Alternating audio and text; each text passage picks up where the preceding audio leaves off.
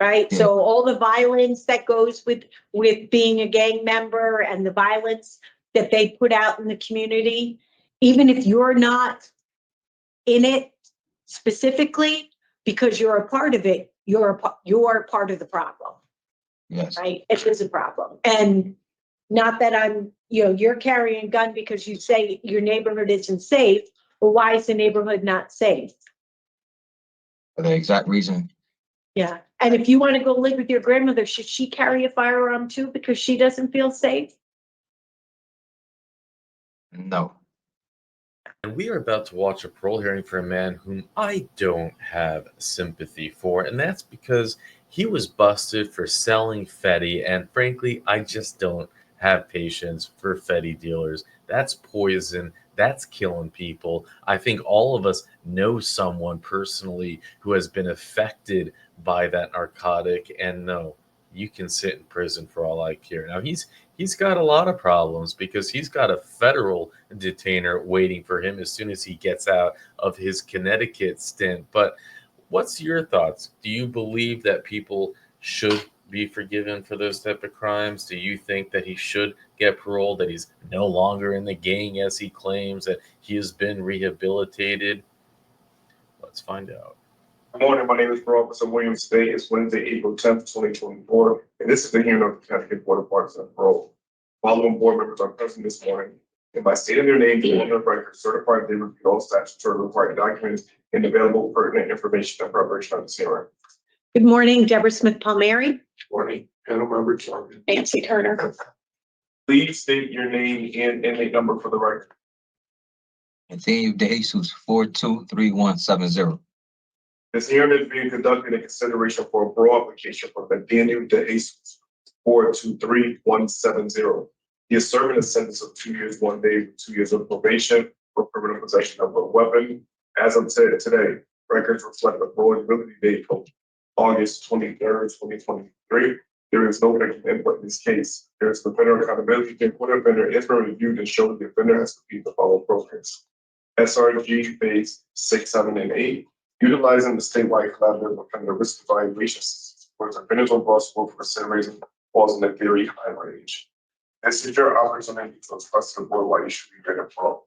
One moment, Mr. De Jesus, just for the record, he was sentenced to 5 years with 2 years and 1 day to serve and 2 years of probation to follow. Go ahead, sir.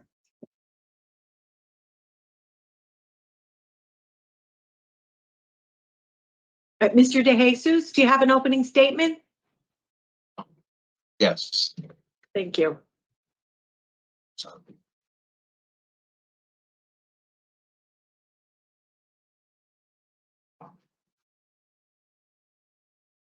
I would like to say that I take full responsibility for my actions, and I understand that what I did was wrong. I have learned from my mistakes, and I continue to learn from them each and every day that goes by. I am not perfect, and I will not sit here and lie to you and tell you that I am. I can tell you that I know right from wrong, and although I'm not perfect, I will do right. I can tell you that I have learned a lot during this period of incarceration. I have lost valuable time that I can never get back. I have lost family and friends. I am not getting any younger, and I understand that I must change not only my environment and people I put myself around, but my outlook on life as well. That plays a heavy part into the problems that I face, and that's why when I am released, I will surround myself around positivity. I have a good amount of friends and family that are not on the right path, and I must separate myself from them as well. If they cannot respect my decision, then they were never really for me to begin with. You are who you hang around, and I believe in that statement. I understand that all you know about me is what's presented to you on paper, but that does not define who I am as a person. I want to change, and I will change my life. I am hoping you consider granting me parole. Unfortunately, I am not going home just yet. I still have time I have to serve consecutively on the federal side, but being granted parole would allow me to start the next chapter in my life. The Bureau of Prisons offer a lot more programs than the Department of Corrections, and hopefully by the time I leave there, I can partake in one that can send me home with a trade under my belt. I appreciate you for taking the time out of your day to listen to me. Thank you very much. Thank you, Mr. De Jesus. We are going to ask you some questions and then make a decision about your parole. I was going to mention that you do have a federal detainer. How much time do you have to serve on that detainer? I am not sentenced on that yet. You're not, it's a violation of supervised release, so you still have to go to court to get sentenced? Yes, ma'am. Okay. What court you going to? Which court? Believe Bridgeport, if I'm not mistaken. Okay, all right. And you were on probation for selling drugs federally. Did you do any time incarcerated while you were federally? Yes, ma'am. You did. Okay. And you came out. And now you have another charge of having a firearm. Yes, ma'am. When the parole officer asked you about that, you said you needed it because you lived in a dangerous area. Does that really make sense to you? Mm. It's hard to explain, but where I'm from it's pretty rough. So like it's not like I'm come outside and intend to harm anybody or use it, but that's really for my protection. But that's what I was explaining to him, like I need to change my environment and who I hang around. Like hopefully when I do leave, I'm not gonna be going back to Hartford. I'm gonna be trying to go. That's why I put on the paper, hopefully, I don't know, I don't think the placement of where I put my address, I'm gonna be going, but hopefully like when I do get out, they could put me in a halfway house or something, and then I can eventually move from my environment. I don't want to go back to Hartford. All right. Well, just for kind of an overview. So what we have is that you wanted to go to your grandmother's in Hartford. Yeah, Right? that was the only, that's Yeah. the only address I got. Yeah. Well, yeah, I get that. So you may need to revisit that at some point, if you want to go to a halfway house out of the Hartford area. But that's kind of another. You got more things happening before that comes about. Yeah, from what I believe, because if I am granted parole, I would be going to the feds and be serving time. I think my time in the feds would overlap my parole, so I wouldn't really be being placed back there. Yeah. Tell me again, I'm sorry. Did you serve time federally before you got sentenced on that drug case? Nah, that drug Did you- case was the federal sentence. Yeah. Did you have straight probation or did you go serve time in the federal on the sentence? I served 27 months, and Where'd then you serve it? in Virginia, In Virginia? I was in the state for a partial time. I was in Rhode Island, Oklahoma. They shipped me all around, but I ended up discharging from Virginia. Okay. So when you say that you know that they have programs, what kind of programs do you know about? They offer trades where you can actually come home and start a career and begin your life. Okay. Hopefully, In order to do that, though, you've got to not carry guns. You got to abide by the rules of probation or parole, the Yes. conditions. You've been doing the SRG program. You did phases 6, 7, and 8. Did you renounce your association with the gangs, or does that still have to Yes. happen? No, I have denounced myself. I completed it, I believe, May of last year, May or June. Okay. Tell me what was the most significant thing you took from those phases of SRG?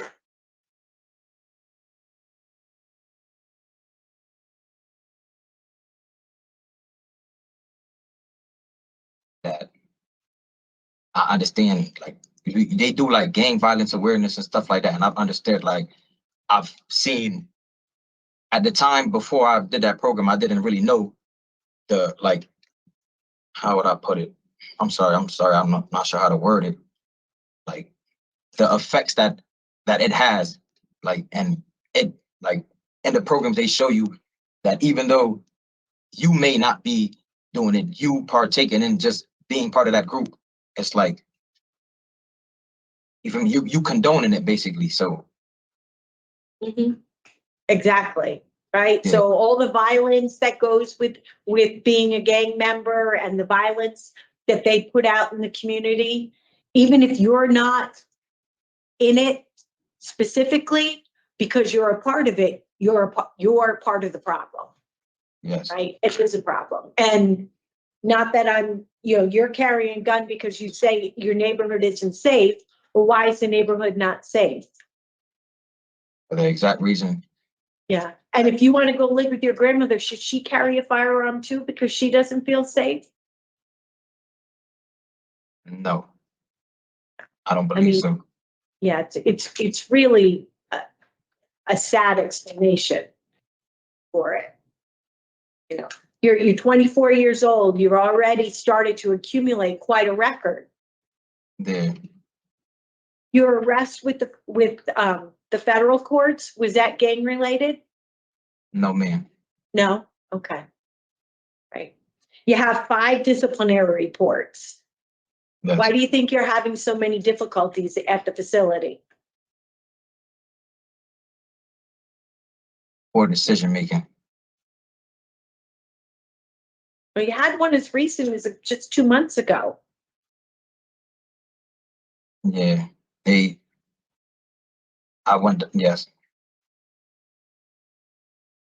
The SRG program, you didn't talk about decision making, thinking through consequences.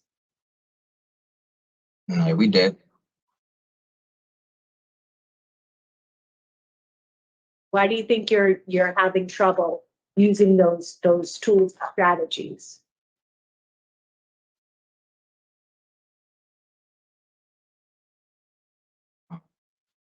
Be honest.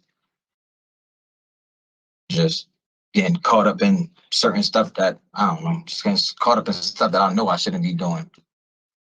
So if you're My getting last, caught, my last ticket was for a contraband ticket, and unfortunately, they ended up coming in the cell. They said that they found some stuff, and if nobody ends up taking the blame, everybody does.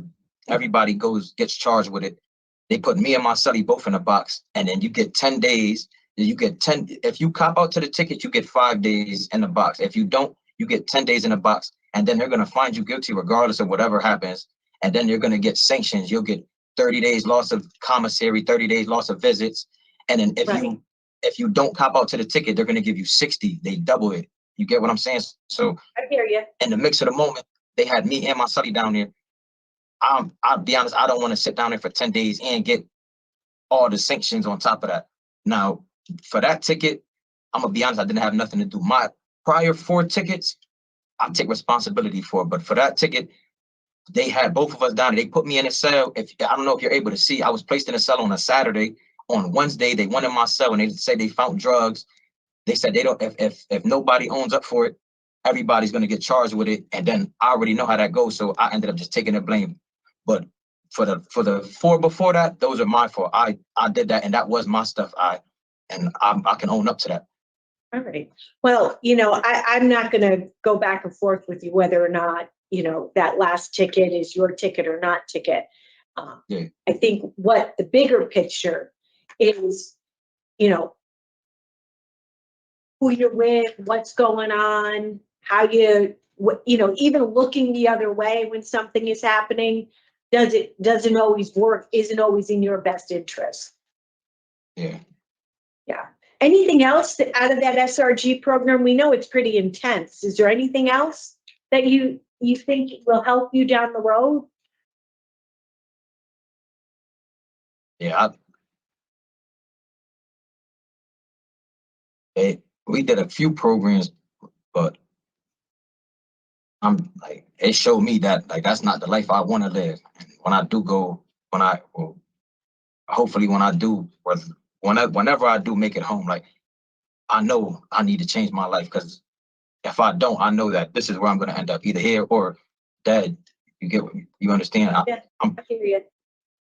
Yeah, I think that's probably something to really be thinking about. It sounds like a really good reason to want to change your life. Yes. Yeah, and the support you have in the community is your brother? Yes, You ma'am. talk to him? Okay. All right. And when you go to the federal prison or when you get sentenced by the federal court, it's going to be kind of the same thing, right? You're not going to be able to do any programming if you're having disciplinary issues. Yeah. And they'll keep moving you around if you're having disciplinary issues, right? Yeah. All right, Mr. De Jesus, thank you very much for answering my questions. Ms. Turner? So you were convicted in 2017 on gun charges. Yes, You ma'am. didn't serve any time for that? Yes. And A then, year. and then you came out to the deadly weapon offender registry. Yes, ma'am. And here you are back on gun charges, including violation of the registry, with another 5-year term on the registry. I'm sorry to, if I can add, I was indicted by the feds on September 13th of 2019. My annual registry date was October 1st until November 19th of 2019. They looked in the Department of Corrections, and I wasn't in the Department of Corrections, so they violated me on the gun weapon registry, but they never looked into the Bureau of Prisons. There was no way I could have re-registered because I was in jail. I was already incarcerated at the time. That's why when I was arrested, they approached me and I was served a warrant for the gun weapon registry, but they ended up throwing that out because there was no way I could have possibly registered because I was in jail at the time. Well, you were in possession of a large capacity magazine and didn't have a permit because you're not allowed to possess firearms and ammunition. You got a lot of charges nollied along with this criminal, your second gun conviction. So you'll start a new period of time on the registry, and you can be in communication with the registry from wherever you are, sir. And you have 3 years of this sentence hanging over your head while you're with the feds, I guess. So I really hope that some of the change that we're hearing from you, Mr. DeJesus, is a commitment you've made to yourself, because the behaviors out in the community are unacceptable, and your behavior there in the facility is concerning. And you refer to them as mistakes, but these are crimes. You knew you were not allowed by law to have a firearm, and it didn't seem to matter to you. So I really hope you are about the change you spoke of in your environment and your outlook on life, because this isn't getting you anywhere. Thank you, Madam Chair. Thank you. Mr. Dargan? Okay, thank you. So, Mr. DeJesus, we don't have any other questions. All right. All right. So, Mr. DeJesus, he's before us, as we've said, for a firearms charge. He was on federal probation. He's got a violation pending in the federal courts. So he's got a detainer here today. He's done the SRG program.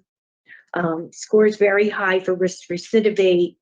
I guess my issue is that it's accumulated 5 disciplinary reports on top of everything else. So I am unable to vote in favor of his discretionary parole today. He's got 4 months to his end of sentence, at which time he'll go to his detainer. I am in full agreement, Madam Chair. And I had criminal history and current offense committed on probation and for institutional adjustment. All three. All three. So in the matter of Nathaniel DeJesus, inmate number 423-170, there's a motion to deny parole for the following reasons: criminal history, current offense committed while on probation, and poor institutional adjustment. Do I have a second? Second. All those in favor? Aye. Right. So Mr. DeJesus, you'll finish your sentence and then go over to the federal courts to get that taken care of. All right. Good luck. I appreciate you. This is here from Nathaniel DeJesus, 423-170.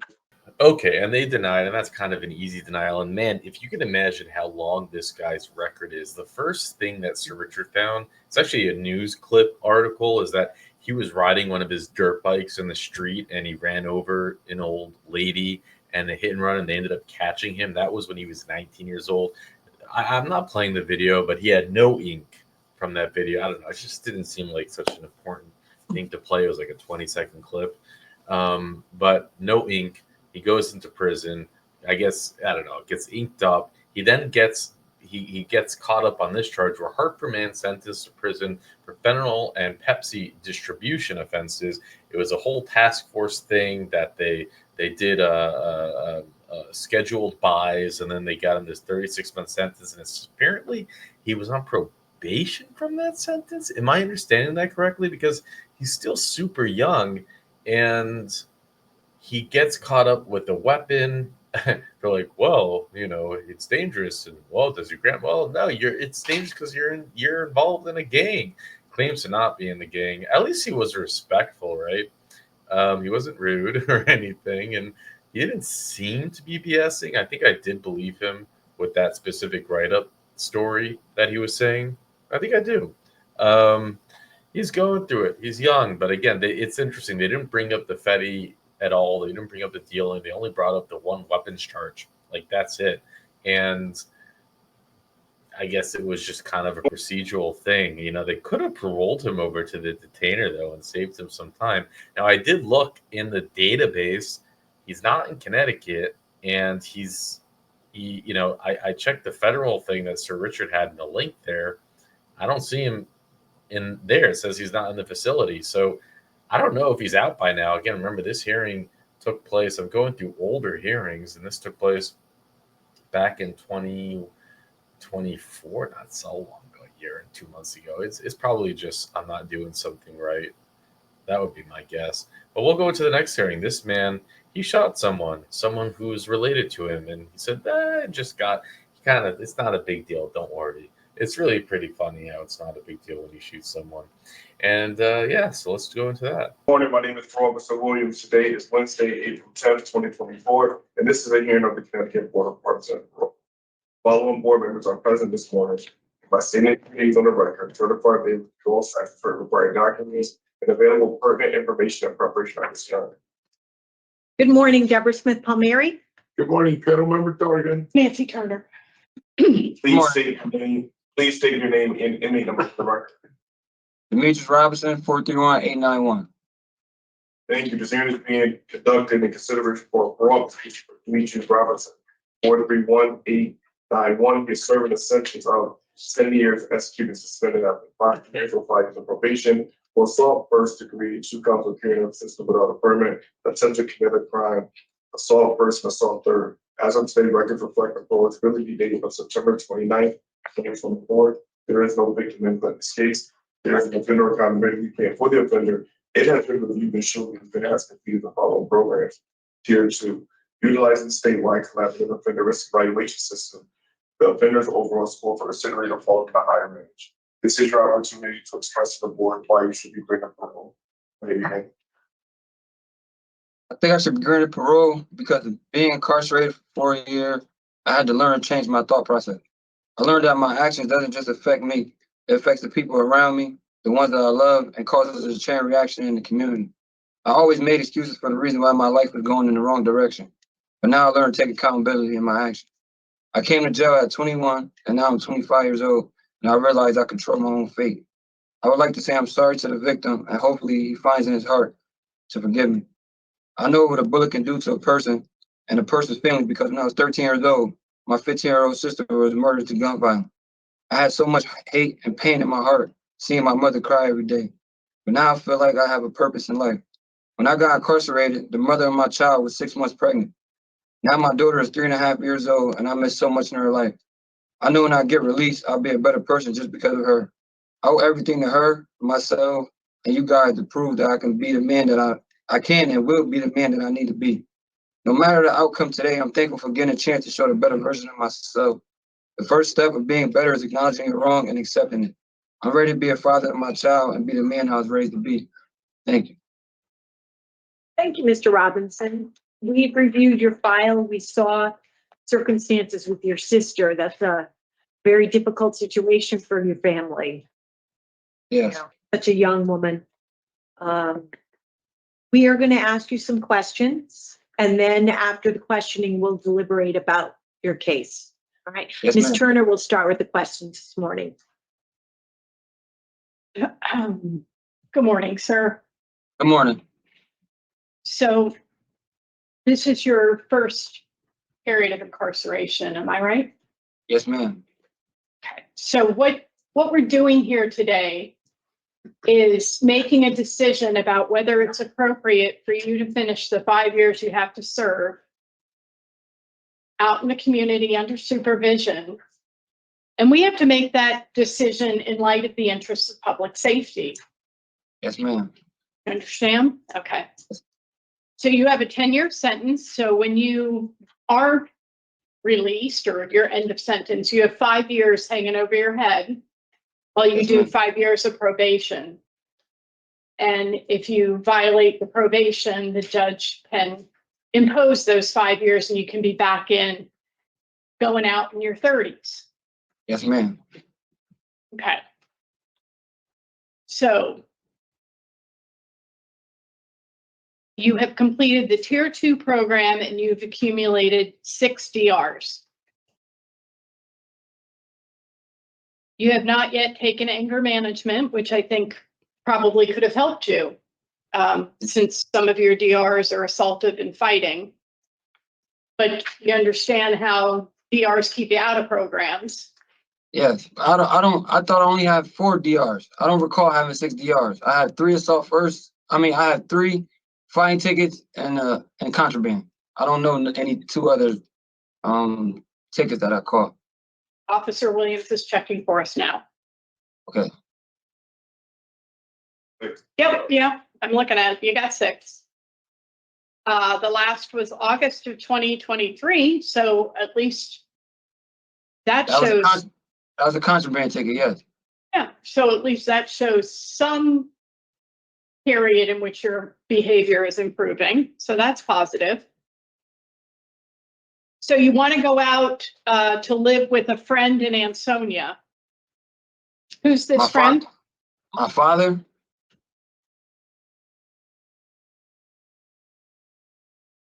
What is your father's name? John. Okay, well, that's different than the name you gave Officer Williams.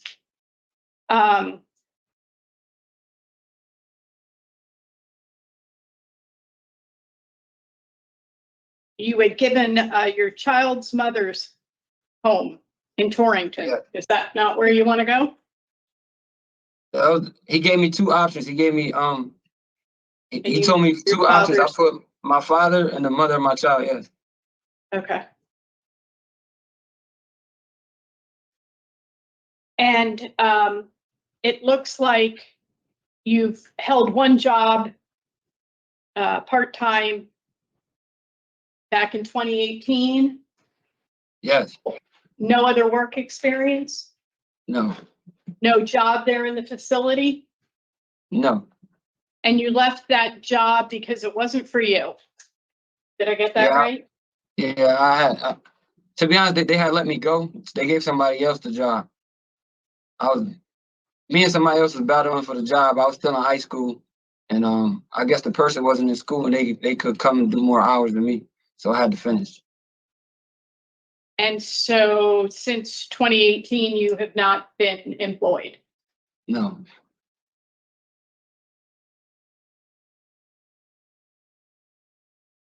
So you were arrested on 2 shooting incidents. One Yes, involved ma'am. your cousin. Yes, ma'am. Where'd you get the gun? I found it on the street. Where? I bought it off somebody So you paid- like a minority.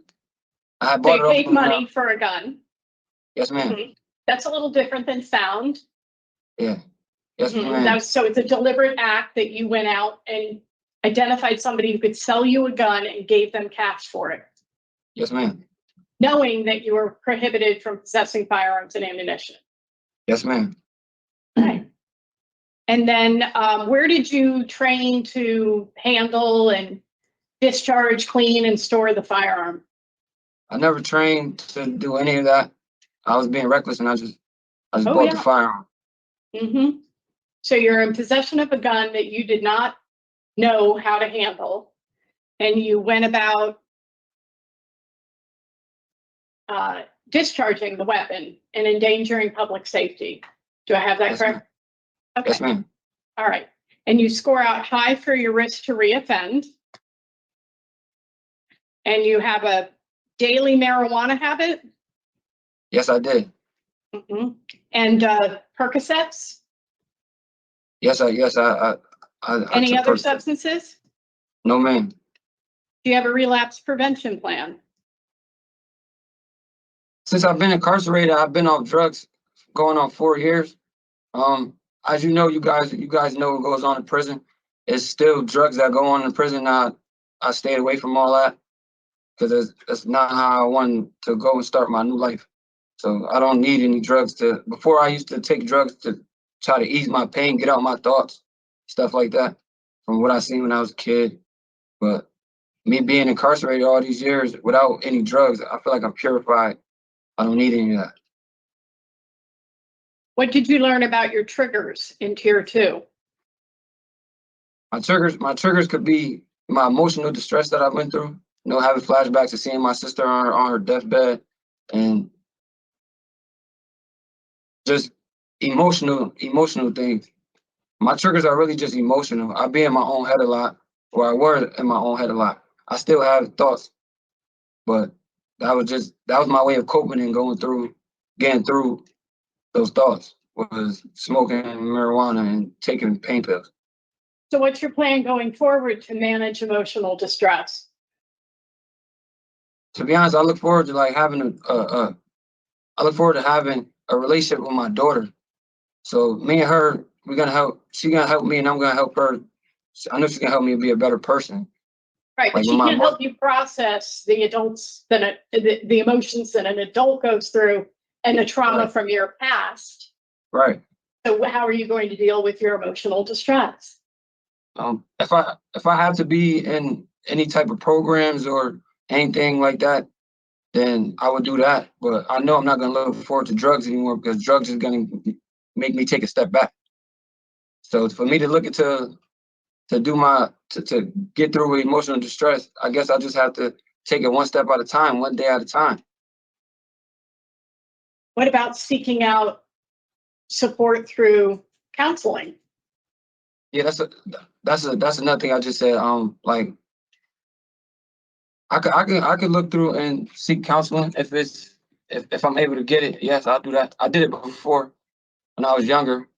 I went to a mental institution in Nashville. Okay, that's your private business and we're streaming this hearing, so, you know, I want to look out for your privacy rights. Yeah, So, well, at least you know that's an option for you. right. Even if you're not particularly committed to it as we talk here today. I'm concerned, Mr. Robinson, that you have not adequately prepared yourself to be successful upon release. I hope you'll, work cooperatively with your probation officer to get through that 5 years because, Yeah. they can help you. It's Right. not just, keeping a watch on you. Yes. But what you've been engaged in out in the community is incredibly concerning. And I hope you can fully appreciate the seriousness of the risk that you pose to public safety by the behaviors that you are engaging in. You did talk about it being a chain reaction in the community. And, all the shootings and the retaliation and all the gang involvement is concerning, sir. Yes, it's a very big deal. And I get that. And I just know that again, being incarcerated for all these years, for 4 years, it's bigger things out there than just that. I have so much opportunities for me when I get out of jail. I don't even have to stay in Connecticut. I have family in North Carolina who's willing to take me in. I could go work. I was gonna get my CDLs with my father. My father drives trucks. So I have a lot of opportunities and different things to just go back to Bridgeport. I don't have to step foot in Bridgeport ever again. So you're not eligible until September, the end of September. What are you going to do with the time that you still have there in the facility if you were granted? Otherwise, you've got a year.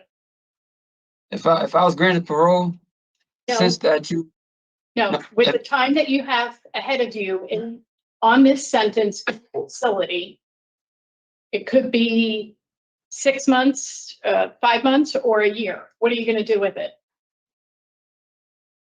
I'm go if you was to grant me parole, like you said, with the 5 months that I have left, I would go and do my anger management. I signed up for it. Since you think that I'm not emotionally ready for it, I'll go and try to do anger management. I continue to do what I do now is I work on my mind, body, and spirit. I stay out the way. I just stay to myself, and I just try to build a relationship with my family as much as I can before my release. I think you really ought to get a job there in the facility so you can learn what it means to be, an accountable employee and learn some job skills and learn a Yes, work ma'am. ethic. Yes, ma'am. Yeah. Yes, All right, ma'am. I have no more questions for Mr. Robinson. Thank you, Ms. Turner. Mr. Dawkins? So, just one follow-up. I mean, this was your cousin, right? It was like the wild, wild west, guys taking out guns, gonna shoot each other up, and you're related. I understand people get upset, but not to pull out guns on each other. I go play basketball against my cousin or do something like that. Maybe Yes, sir. push each other around a little bit to get whatever frustration there was, but as my colleague stated, it's very, very concerning. I did like some of your comments and your opening statements, and I do wish you the best of luck. Thank you. Thank you. Mr. Robinson, part of what was going on is you were involved with the gang in Bridgeport. Yeah, I was. Yeah, Yes, okay. yes, ma'am. Yeah. Okay. How have you managed to disassociate yourself with those people? While I was incarcerated, I learned that the things that I was doing and risking my life and doing other things, taking risks with other people, being in here, I was in here by myself. Only thing I had was my family. So it was a big wake up call that I didn't need to be around any of those activities or nothing like that, because nobody did nothing for me. Nobody made sure I was fed. Nobody made sure that my daughter was clothed. Nobody did anything for me but my family. So I feel like I owe everything to my family. I don't have to be around anybody else. That's a tough lesson to learn, right? Yeah, definitely a tough Yeah. lesson. 4 years, being inside of a cell, 22 hours in the cell. All I have is my thoughts, So I done had emotional problems in the cell where I'm thinking I did a lot of things for certain people that I didn't have to act on violence. But I was the type of person to give my shirt off my back. I'll give somebody my last, and when they left me, people left me in jail to rot, basically. So Yeah. I'm just thankful. I'm just thankful for that God gave me another chance, not even with the parole or anything, because the situation could have been worse. I could have been somebody like one of my mentors I talked to in here who got 90 years. And he tells me every day 60 seconds could get you 60 years in jail. So I had to learn that too. That's so true. Hang on 1 second, Mr. Robinson. So Gardner's trying to come back on. Give us 1 quick second. Oh, okay, all right. Hi, Garner. Okay. So, Mr. Robinson, I had a question for you, just went on my head. Give me 1 quick second.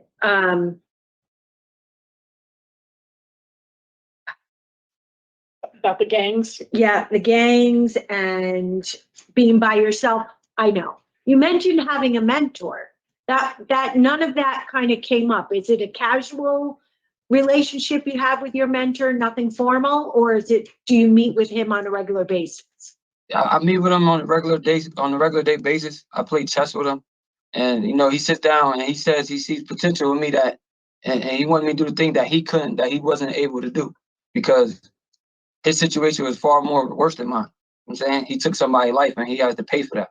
See, my situation is, and I'm thankful for it, and I'm happy that nobody didn't get extremely hurt or killed. So Yeah. really, not So- to say extremely hurt, not to say extremely hurt because a bullet had hit somebody. I meant Right. like it got a chance to keep his life and didn't have any life-threatening injury, like any problems with his body or anything like that. You know, that was my family at the end of the day. We had words with each other, and it just got out of hand. But I know right from wrong. I was raised right from wrong. Yeah, So- something to be somewhat grateful for, right? Yes, That yes. person Super wasn't grateful. killed, wasn't maimed for life or crippled in any kind of way because of it. Exactly. You know, it gives, in an odd way, it gives you an opportunity to make things right. Right. It gives me a Yeah. great opportunity because So, not to cut you off, not just about me. At the end of the day, my daughter does not have a father in her life because of me, my actions. What I cause my pain causes other pain through other people as well. And I had a great father in my life. And when my father went to jail, that's when my sister had got murdered too. It was a chain reaction in my life that just went downhill. So I know me and how me and my father relationship is. All of his siblings, we all tight and we all a well-rounded family. So I just want to be there for my daughter. Nobody's more important than her. so it seems to me like your father has really become a role model. He's turned himself, came out and turned his life around, and he's, Yes, ma'am. done very Yes, ma'am. well. Not had Yes. any other problems. Have you seen your daughter since you've been incarcerated? All the time. Okay, that's All nice. the time. Okay, all right. What kind of relationship do you have with her mother? We have a great relationship. You know, we've been dealing with each other since we was kids, since we were 12 years old. She know everything about me. I know everything about her. You know, she actually makes me a better person, motivates me wanting to do better. And to see her out there on her own, raising my daughter, it kills me inside, even though she's doing a perfect job. I just tip my hat to her, and I just hope I get a chance to go out there and help her take some of that off her back, you know. You mentioned working at Stop and Shop.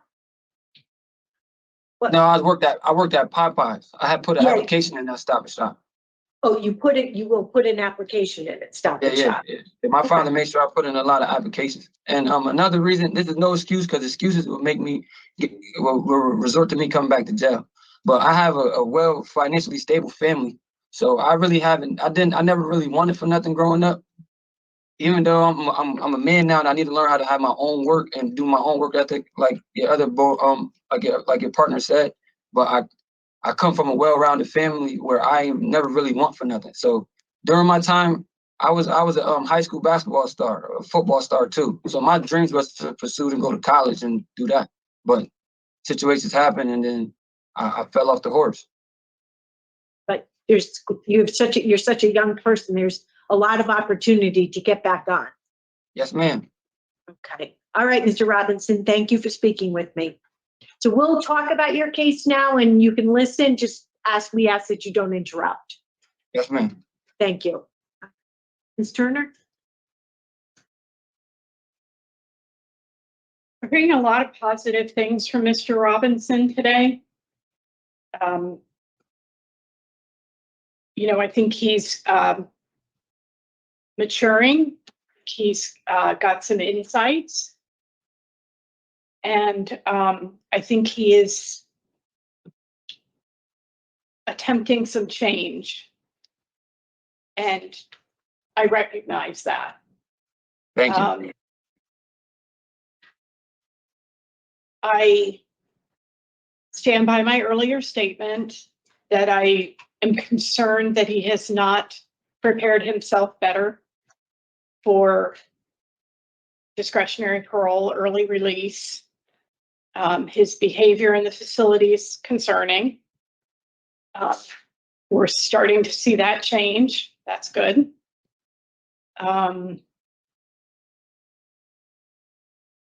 He hasn't yet built up some skills. I think he needs anger management in order to have the tools to cope successfully out in the community with, the stressors and the conflicts that are part of life. I am concerned for him that he's a bit naive about his substance use. I'm glad that he's been clean for 4 years. But if emotional distress is one of his triggers, he needs a plan for managing that. He does know about counseling, but a support system of people who are, living in recovery and can relate to some of the challenges that he has faced and will face would benefit him.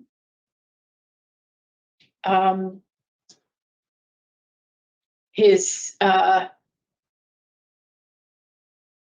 history, this being his second gun conviction, is very concerning. And the fact that he was willing to discharge the firearm on more than one occasion. We can sit here and say, by the grace of God, he didn't kill anyone. And I would say it wasn't from lack of trying. He shot at his cousin 7 times and wounded him in the abdomen and the groin. And it was, through the miracle of medical intervention that he is not facing a much different sentence. So with that said, I am not willing to grant Mr. Robinson early release to discretionary parole. I'd like to see him finish his 5 years, take additional programming, continue to grow, and develop some job skills and a work ethic, and go out to 5 years of probation and the deadly weapon offender registry. Mr. Dargan? Yeah, so going along with what my colleagues stated, the underlying charge was concerning. I do hear some growth. DRs were also concerning.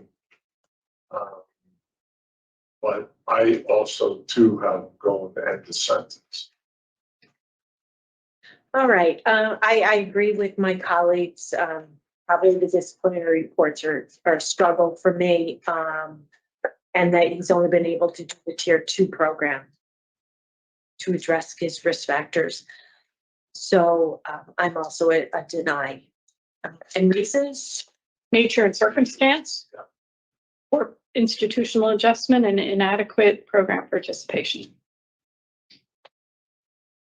Might also be able to take a fatherhood program while he's finishing his sentence. Yeah. So the matter of Demetrius Robinson is number 431891. There's a motion to discharge parole for the following reasons: nature and circumstance of the current offense, poor institutional adjustment, and inadequate institutional program participation. Do I have a second? Second. All those in favor? Aye. So, Mr. Robinson, you knew it was going to be a stretch, right? Because the charges Yes, ma'am. are so scarce. We see a lot of change. We do see change in you. We do see maturity in you. You are only 25 years old. The rest of this time, like you said, you could benefit from anger management, parenting class, so you can kind of come out and hit the ground running. That much more opportunity to be successful. So, because you're so young, we really want you to be able to bounce back from this and be productive in the community. Yeah. A lot of help for reentry services in the community. I'm sure your father's read about them. You've read about them. So you're very, very lucky to have a mentor in there and a really supportive family on the outside. So best of luck to you. Thank you. Thank you for giving me the opportunity. I appreciate it. You're welcome. This includes the name for Demetrius Robertson, 431891. All right, and it was like pretty offsetting when all the way at the end they're like, well, you shot at him how many? 7, 8 times? You hit him in the groin and the abdominal. It's like, whoa, like I just totally missed that part until they brought it up. Isn't it amazing that he didn't get attempted murder? He got a maximum of a 5-year sentence. Someone who already had a long rap sheet got a maximum of a 5-year sentence for shooting someone 2 times. The reason he didn't die was a miracle, and I can't imagine that this man doesn't have lifelong complications from that. I mean, come on. How would that not be possible? in the groin. Look, I mean, I know that the I mean, where's the bullet go when it goes into your abdominum? I mean, you got all that's internal organs there. But to his credit, I think he was respectful, right? He was nice. He didn't throw a tantrum. Crazy. He throws away a dream life, being a star on the sports teams. He could have gone on a scholarship somewhere, I'm sure. He seemed to come from a good family, from his own words, and yet he's sitting there having a shootout like in the wild west. It's just so crazy. And I think he realized it. Like he said, sitting in a cell 22 hours a day, that the whole thing was a waste, that what's important is your real family, and they're the ones that will actually care about you. And he just threw it away. They should show kids these parole hearings, just to see how ridiculous it is. I mean, can you imagine being a star football and basketball player on your team, parents, healthy family, financially stable. They're thinking, wow, you put in all this work, you're bringing up your kid. This is good, college scholarship and then you shoot at your cousin out of all people. I mean, it's just sick. It's just such a waste. It's such a waste. But, again, Sir Richard does have info, but there's no reason to dive into it more. It is what it is. This is actually his arrest picture when he was 21 years old. He was charged with first-degree assault, third-degree assault, first-degree reckless endangerment, illegal firing of a firearm, possession of a pistol without a permit, criminal mischief, breach of peace. It's interesting that he was not charged with attempted murder. I don't know who does this. How can you shoot someone and not get attempted murder charge? I don't know. I don't know what I'm talking. What do I know? I'm just a Mandalorian. So we'll go for one more hearing and then we'll let you go. And this one's weird. This guy, he does this strange dance at the end. So here we go. Rosado, 296313. This hearing is being conducted in consideration for a parole application for Cruz Rosado, 296313. He is serving a sentence of 4 years to serve and 4 years to special parole for criminal possession of a pistol and assault first with addition of a firearm. As of today, records reflect a eligibility date of February 16, 2024. There is victim input in this case. His offender accountability plan for the offender and the review to show the offender has completed the following programs. No programs completed. Utilizing the statewide collaborative offender risk evaluation system scores, the offender's overall score for consideration falls in a very high range. This is your opportunity to express the board that you should be granted parole. There you go. Mr. Rosado, Yes, can you hear us? yes. This is your opportunity to say why you think you're suitable for parole. Well, I think I'm suitable for parole because I've been a long 4 years of my life that I put past. You know what I'm saying? So I'm looking forward to go back to society and do good. Plus my son needs me. My baby's mother just recently got killed on April 3rd, I want to say. And they got my son, DCF got my son. Now, honestly, I don't know who got my son. So that's one part of the reasons that I need to go back to society. My mother is another one. She's elderly. That's one woman to be living with. And 445 Farmington Avenue, Apartment C1. Just trying to do better myself, you know what I'm saying? So I could, focus on different things in life. Okay. So we're going to ask you some questions. And when we're all done with the questioning, we will give you our decision about parole today. You know that your end of sentence date is in 2 months. It's June 2024. Did you know that? My end of sentence, you said? Yes. Yeah, July 1st. Okay. So regardless of what happens today, you'll be done with your sentence in just about 2 months. Yeah, that's correct. Okay. I just want to make sure that we were all understanding what your dates were. Yeah. Perfect. All right, Mr. Dargan's going to ask you some questions. Thank you, Madam Chair. So with the chairwoman stating that you have some years of special parole, right? And do you understand how that works? I mean, a little bit similar to probation, I'm assuming. Yeah, it's a little bit more stricter, but they're also there to help give you guidance, right? And when you have issues, you work with those individuals because they also could bring you back to prison too, which you probably don't want to do, right? No. So, we're going to hear from Office of Victim Services too, but it looks like your prior convictions either been gun related or BB guns or both, right? So what was going on? What was going on with what, sir? About any of your past criminal activity. It looks like that there was more than one time that you're involved with a dangerous weapon. Oh, yeah. The first time I found the gun. And then the second time I found the gun again in the garbage. Okay. So what's going on with the number of disciplinary reports that you received and tickets, disincarceration?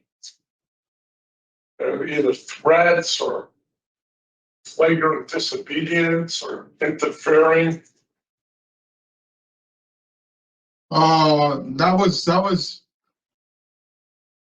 It was all a misunderstanding, but they still got me. They still got me for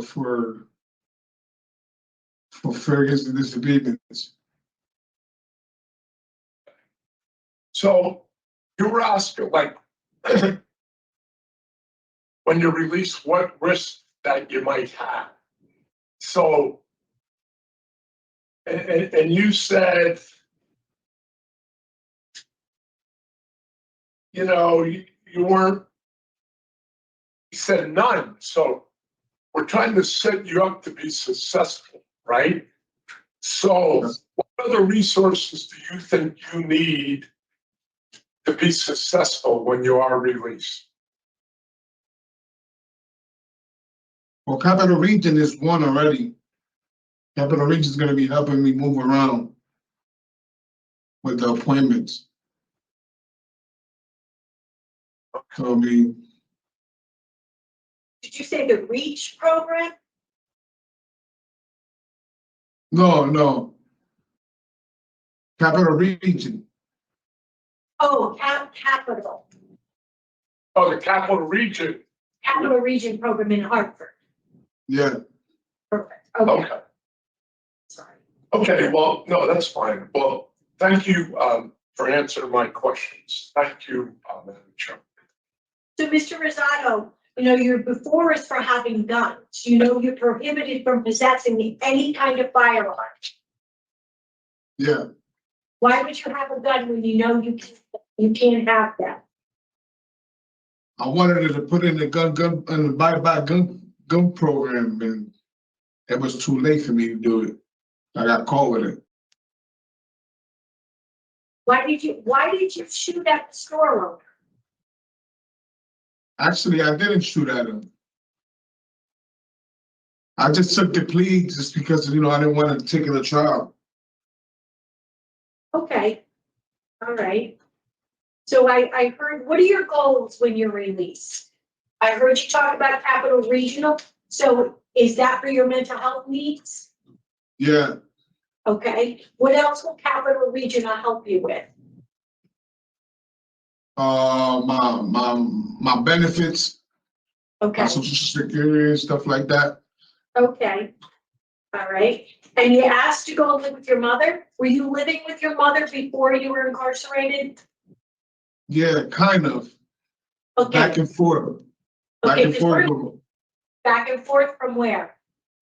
for my baby, for my girlfriends. All right. All right, is that the mother of your son? No, actually, no, it's somebody else.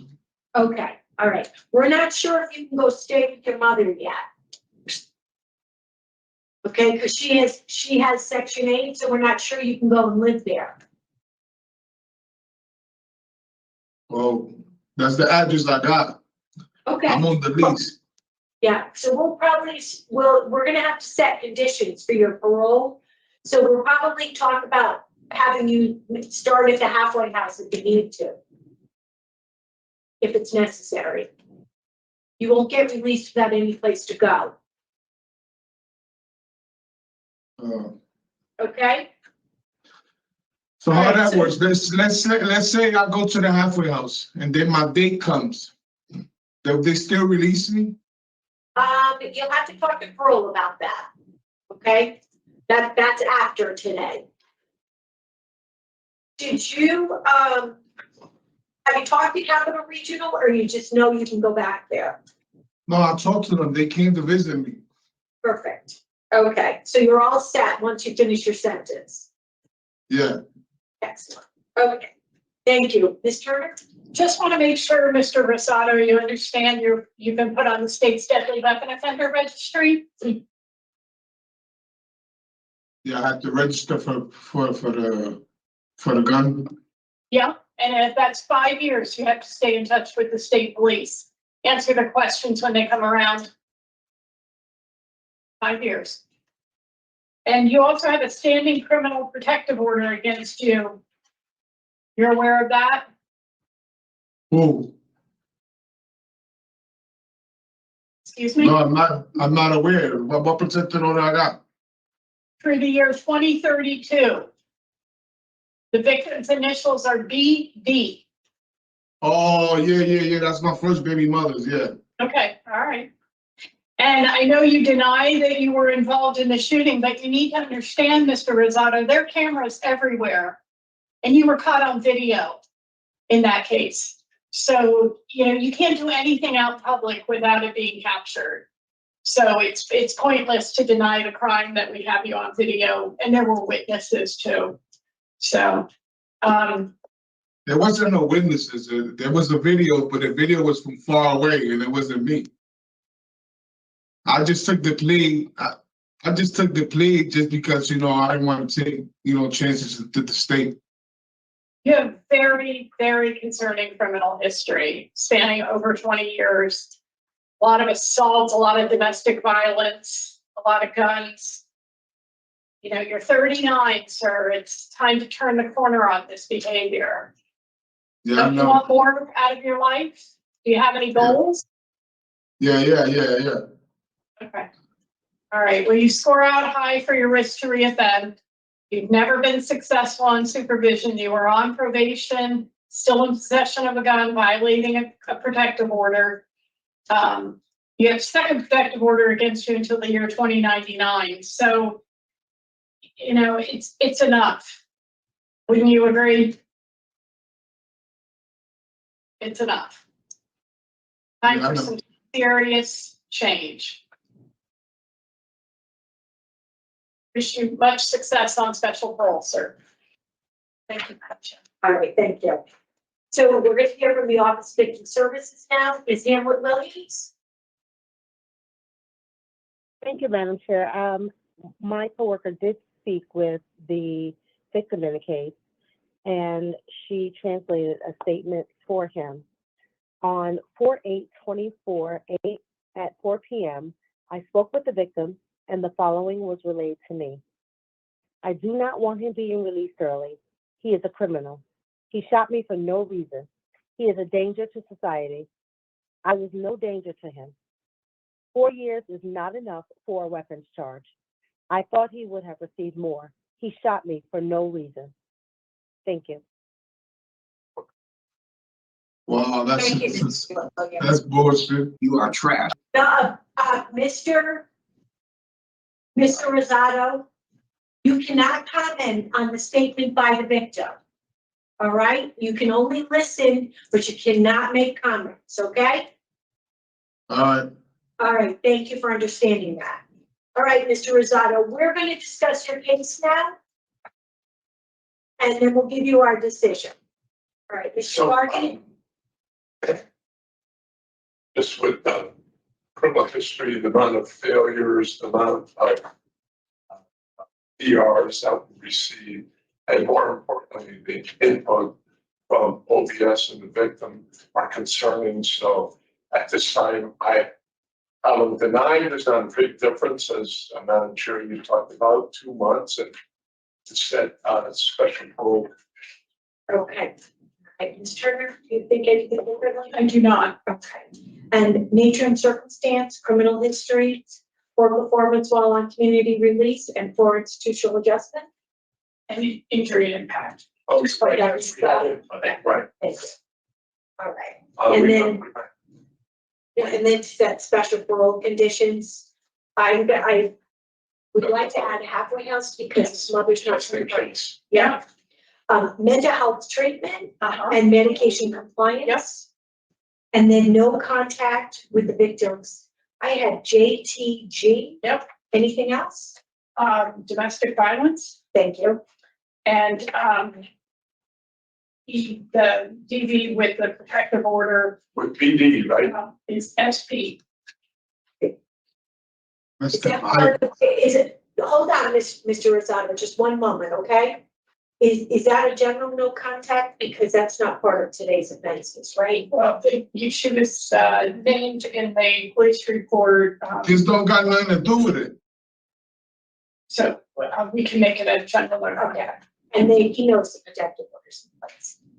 All right, so in the matter of Rosado Cruz, inmate number 296-313, there's a motion to deny parole for the following reasons. Nature and circumstances of the current offense, criminal history, injury and impact to the victim, poor performance while on community release, and for institutional adjustment. I further make a motion to set the, wait a minute, Mr. Rosado, set the following special parole conditions. Halfway house placement, mental health treatment and medication compliance, community-based treatment for domestic violence, no contact with the victim, JTG, and a general no contact with SP. Do I have a second? All those in favor? All right, Mr. Rosado, so did you hear the conditions for special parole? Yeah, kind of. I just kind of bogus because, you know, I'm not willing to take more medication. This is why I'm so medicated now. I can't even express myself. Well, you can work at Capital Regional will work with you, all right? And then you can work with both. But we want you, we want you to be well in the community and we don't want you to have to come back. So you'll get all these conditions a little bit later in writing. And you can talk to Capital Regional about your medications and your treatment, okay? So I was denied parole. For today, yes. Yeah, you're almost to the end of your sentence. So you can finish working with Capital Regional for all of what you need to be doing in the community and parole. Good luck, okay? Yep. All right, very good. There's been things in here for people out of 296. Thank you. Okay, ladies and gentlemen, don't drink the water. I think that that's the moral of the story in Connecticut. Don't drink the water. Obviously, the citizens have drank it. The DAs and judges have drank it. I mean, is that really what I understood from this case? Did he actually shoot a woman and they gave him a 4-year plea deal? Another attempted murder charge for a 4-year deal? Where they, you know, here's the strangest thing. Call me crazy, but in some weird way, I I don't want to say it, but I kind of believe that maybe it wasn't him. The idea that only, okay, we've seen video footage, right? Grainy, garbagey footage. And like the way that he's like, it wasn't me, even like then, and I kind of like how he's sticking to it. Now, the problem is that we have seen so many times where people say it wasn't me and they did it, and we know they did it, and they say it with the same, adamance where you'd be like, wow, I might believe them if I didn't know any better type of thing. But I don't know.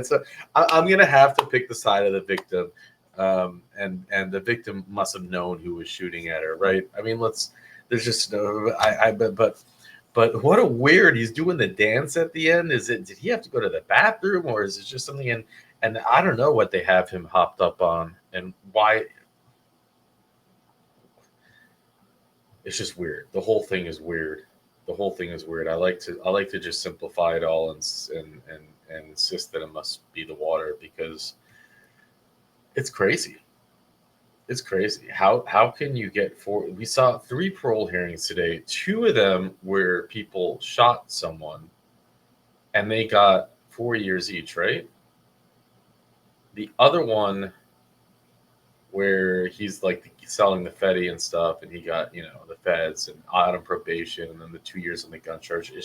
It's very light sentences. Again, I like to think that the Connecticut legislation allows that if I go into the state of Connecticut with a gun, even though I'm licensed to carry in other states, they could still get me, I think, for 2 years, maybe 3, just for that. Not a felon with a gun, not committing a felony with the gun, just traveling through the state without it being properly secured. And they just don't care. And it goes down into the whole, maybe it's not care, it's care about the wrong things. They like to brag about low incarceration rates. They like to brag about having progressive approach to crime. And so there is an agenda. This is not a political statement. This is just the way it is, right? Every state has their own culture. And this is a beautiful thing about America. You want to live in Connecticut? You go live in Connecticut. You go vote in your politicians. You go get your progressive agendas. You want to live in a different state that's tougher on crime? You can do that. I think this is beautiful. We shouldn't try to change other states, my opinion. It is, you get what you get. You get what you pay for, so to speak.